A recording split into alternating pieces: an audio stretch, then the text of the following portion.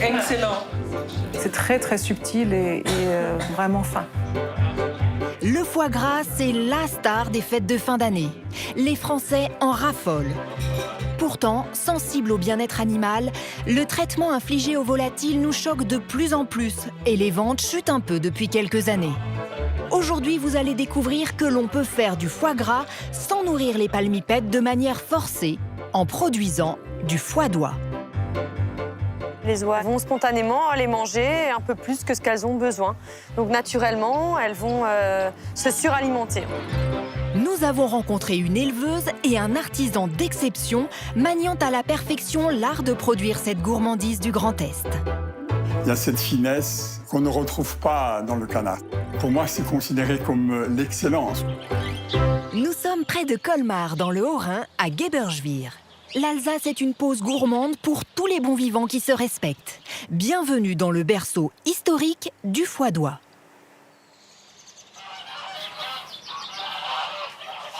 Bonjour Aline. Martial. Comment ça va? Ça va et toi? Ça va. Et toi? Je viens voir les oies. Bah écoute, on va les changer, on met la petite tenue de cosmonaute et puis on va aller les voir. Très bien, il n'y a pas de souci. Voici Marcel et Aline. Lui transforme et elle est éleveuse d'oies. Depuis 1 an, ils travaillent ensemble pour concevoir un foie éthique.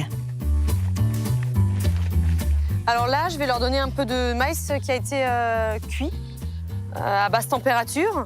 Et je mets un petit peu de mélange avec du miel, un peu d'huile. Et elles ont également du pain. Bon, il y a un petit peu de salade, ça c'est pour les fibres. Elles sont assez gourmandes, oui. C'est le club Med, là, pour elles. Donc voilà. On va pas parler de gavage, mais on va parler de suralimentation. Et en fait, il faut simplement leur donner des choses qu'elles aiment, et puis des choses riches. Quand la luminosité en fait, décline, il y a moins de lumière, il y a moins de soleil, il fait plus froid. Et là, naturellement, on va aller plus se nourrir parce qu'elles ont quand même gardé un tout petit peu d'instinct encore, l'instinct migratoire qu'elles avaient et que leurs ancêtres avaient. Car les oies, palmipèdes migrateurs, parcourent des milliers de kilomètres sans se poser. Pour cela, elles font des réserves, elles se gavent donc naturellement. Quelques éleveurs en France, dont Aline, sur une idée de Marcel, sont parvenus à provoquer ce processus.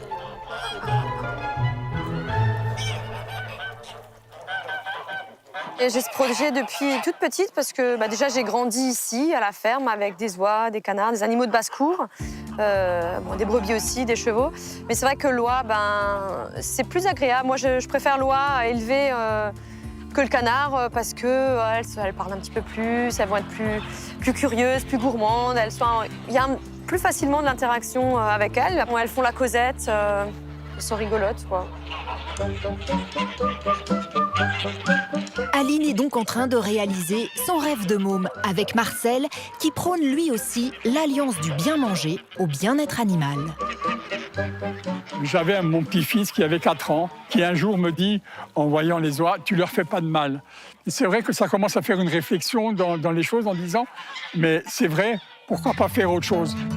Une prise de conscience qui a permis à nos 2 amis de remettre au goût du jour le foie sans gavage, comme on le faisait autrefois en Alsace. À l'époque médiévale, tout ce qui volait était béni. Manger le foie de ce qui était béni, c'était s'approprier l'âme. Et manger du foie gras de ce qui était béni, c'était s'approprier l'âme des meilleurs, était donc destiné au Seigneur. L'oie a quand même la possibilité de faire grossir le foie jusqu'à 8 ou 10 fois. C'est le seul animal qui peut faire grossir son foie. Le foie d'oie sans gavage est donc un mets d'exception qui vaut de l'or. Si vous voulez vous faire plaisir à moindre coût, vous pouvez aussi le préparer vous-même à la maison. Pour cela, voici les conseils de notre cher Marcel, multiple médaillé dans le foie gras.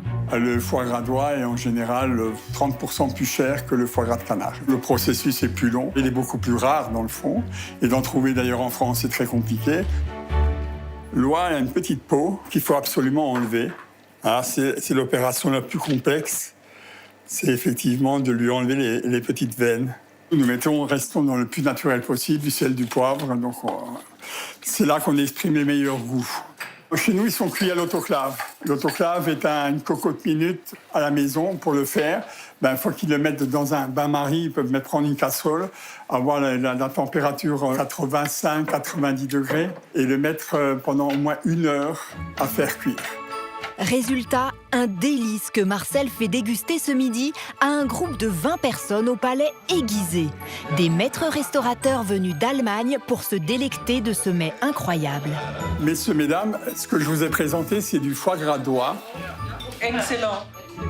Ils apprécient la finesse du foie, le fait qu'il ne soit pas un excès de sel et d'aromates.